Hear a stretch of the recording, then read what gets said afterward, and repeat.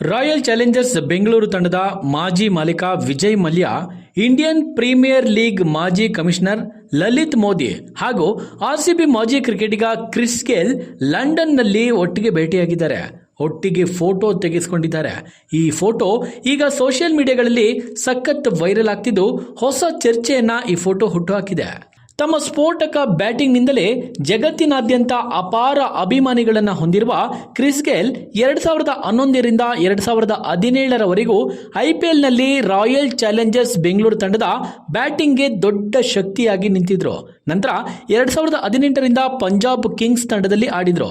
Chris Gayle Kolkata knight riders ಮೂಲಕ ಐಪಿಎಲ್ಗೆ ಪಾದಾರ್ಪಣೆ ಮಾಡಿದ್ರು. ಕ್ರಿಸ್ ಗೇಲ್ಗೆ ಹೆಚ್ಚು ಯಶಸ್ಸು ಸಿಕ್ಕಿದ್ದು ಆರ್ಸಿಬಿ ತಂಡದಲ್ಲಿ. ಇದೀಗ ಆರ್ಸಿಬಿಯ ಮಾಜಿ ಮಾಲೀಕ ವಿಜಯ್ ಮಲ್ಯ ಭಾರತ ಬಿಟ್ಟು ಇಂಗ್ಲೆಂಡ್ನಲ್ಲಿ ಸೆಟಲ್ ಆಗಿದ್ದಾರೆ. ಲಲಿತ್ ಮೋದಿ ಕೂಡ ಲಂಡನ್ನಲ್ಲಿ ಇದ್ದಾರೆ. ಈ ಜೋಡಿ ಕ್ರಿಸ್ ಗೇಲ್ ಅವರನ್ನ ಭೇಟಿಯಾಗಿದ್ದಾರೆ. ಇದೊಂದು ಸಾಮಾನ್ಯ ಭೇಟಿ ಅಂತ ಅನಿಸ್ಕೊಂಡ್ರು ಕೆಲವು ಕ್ರಿಕೆಟ್ ಪಂಡಿತರು ಈ ಮೂರು ಲೆಜೆಂಡ್ಸ್ ಭೇಟಿ ಹಿಂದೆ ಯಾವುದೋ ದೊಡ್ಡ ಕಾರಣ ಇರಬಹುದು ಎನ್ನುವಂತಹ ಅಭಿಪ್ರಾಯಗಳನ್ನು ವ್ಯಕ್ತಪಡಿಸಿದ್ದಾರೆ. ಈ ಮೂವರು ಲೆಜೆಂಡ್ಸ್ ಒಟ್ಟಿಗೆ ಭೇಟಿಯಾಗಿರುವುದು ಐಪಿಎಲ್ನಲ್ಲಿ ಏನೋ ದೊಡ್ಡ ಘಟನೆಗೆ ಸಾಕ್ಷಿಯಾಗಬಹುದು ಎನ್ನುವಂತಹ ಚರ್ಚೆಗಳನ್ನು ಹುಟ್ಟುಹಾಕಿದ್ದಾರೆ. ಈ ತ್ರಿವಳಿ ಲೆಜೆಂಡ್ಸ್ ಸೇರಿ ಮತ್ತೆ ಆರ್ಸಿಬಿ ಫ್ರಾಂಚೈಸಿಯನ್ನ ಖರೀದಿಸುತ್ತಾರಾ ಎನ್ನುವಂತಹ ಚರ್ಚೆಗಳು ಕೂಡ ಜೋರಾಗಿ ನಡೆಯುತ್ತಿದೆ. ವಿಜಯ್ ಮಲ್ಯ ಅವರು 17 ಭಾರತೀಯ ಬ್ಯಾಂಕ್ಗಳಿಗೆ ಸುಮಾರು 9,000 ಕೋಟಿ ರೂಪಾಯಿ ಸಾಲ ಮಾಡಿ ದೇಶ ಬಿಟ್ಟಿದ್ದಾರೆ. ಇತ್ತೀಚೆಗೆ ಮಲ್ಯ ಪಾಡ್ಕಾಸ್ಟ್ ಸಂದರ್ಶನವನ್ನ ನೀಡಿದ್ರು. ಈ ಸಂದರ್ಶನದಲ್ಲಿ ವಿರಾಟ್ ಕೊಹ್ಲಿ ಹಾಗೂ ಆರ್ಸಿಬಿ ಬಗ್ಗೆ ಮಲ್ಯ ಮನಬಿಚ್ಚಿ ಮಾತನಾಡಿದ್ರು.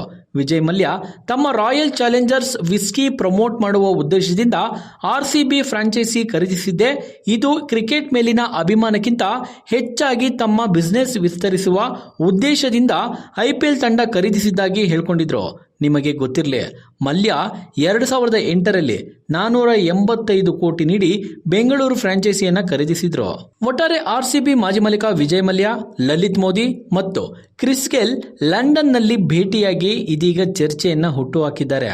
ಈ ತ್ರಿವಳಿ ಲೆಜೆಂಡ್ ಸೇರಿ ಮತ್ತೆ ಆರ್ಸಿಬಿ ಫ್ರಾಂಚೈಸಿಯನ್ನ ಖರೀದಿಸುತ್ತಾರೆ ಎನ್ನುವಂತಹ ಚರ್ಚೆ ಇದೀಗ ಜೋರಾಗಿ ನಡೆಯುತ್ತಿದೆ. ಸ್ನೇಹಿತರೆ, ನಿಮ್ಮ ಅನಿಸಿಕೆಯನ್ನು ಕಮೆಂಟ್ ಮಾಡಿ. ಪ್ರತಿಧ್ವನಿ ಯೂಟ್ಯೂಬ್ ಚಾನೆಲ್ ಸಬ್ಸ್ಕ್ರೈಬ್ ಮಾಡಿ, ಬೆಲ್ ಐಕಾನ್ ಕ್ಲಿಕ್ ಮಾಡಿ.